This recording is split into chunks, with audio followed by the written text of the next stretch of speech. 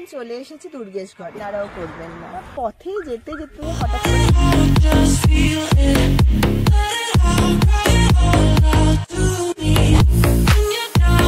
Good morning from Madhupur. আমাদের breakfast ডান। আমাদের complimentary breakfast ছিল, অনেক অপশন ছিল। পোহা ছিল, ফুল সবজি ছিল, আলুর পরাঠা ছিল, ইডলি ছিল, সাম্বার ছিল, ওয়াটারমেলন ছিল, পাপায়া ছিল, গাজরের হালুয়া ছিল, ম্যাঙ্গো জুস, টি, কফি, বয়েলড এগ। বেরোচ্ছি শিমুলতলার জন্য।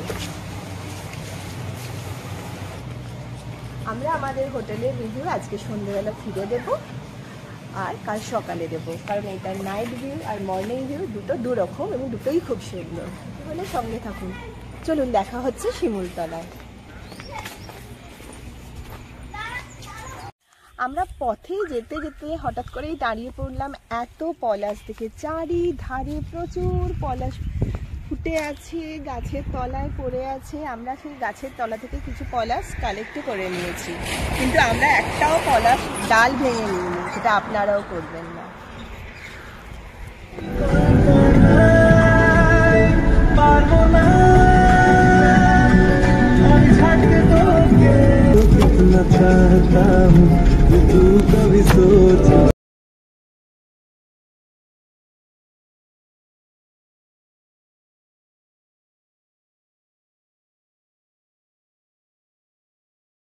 শিমুলতলার লাট্টু পাহাড়ের কাছে। এর উচ্চতা 1000 ফুট। এখানে ওঠার একটা ঢাল মতো আছে, উপরে একটি মন্দির আছে। তাছাড়া উপরে গেলে গোটা শহরটার একটা খুব সুন্দর বার্ডস আই ভিউ দেখা যায়।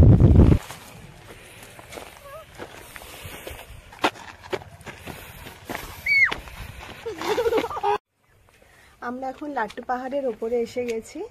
এখানে পার্বতীজি আর মহাদেবের মন্দির আছে। আর এখান থেকে একটু দেখে নিন বার্ডস আই ভিউ, কি অসাধারণ লাগছে।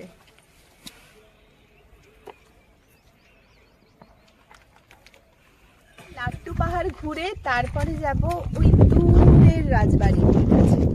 এটা আবার একটা সিনেমার শুটিং স্পট বটে।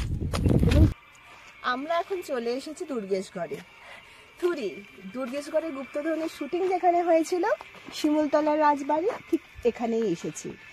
দুর্গেশগড়ের গুপ্তধনের যে ক্লাইম্যাক্স সিনটি ছিল না, নকুলদানা দু হাতে দুটি তরোয়াল নিয়ে আবিরদের আক্রমণ করছে, সেটির শুটিং এখানেই হয়েছিল। দুর্গেশগড়ের গুপ্তধন সিনেমায় দেখানো যে চৌবাচ্চাটি ছিল, সেটি হলো এটি। আমরা এখন চলে এসেছি ধারারা ঝর্ণায়। এটি শিমুলতলার রাজবাড়ি থেকে বেশ কিছুটা পথ ড্রাইভ করে তারপর আসা যায়।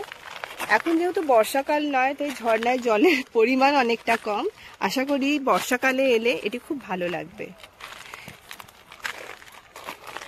ট্রাভেলস ব্লগ তার প্রত্যেকটা ব্লগে চেষ্টা করে নতুন একটা জায়গায় নিয়ে যেতে আপনাকে, যেটা অফবিট জায়গা।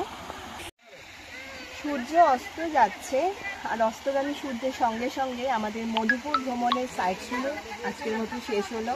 আশা করি আমাদের ব্লগ আপনাদের ভালো লেগেছে। এরকম আরো ভিডিও দেখতে চাইলে সঙ্গে থাকুন যাত্রা ট্রাভেলস ব্লগের।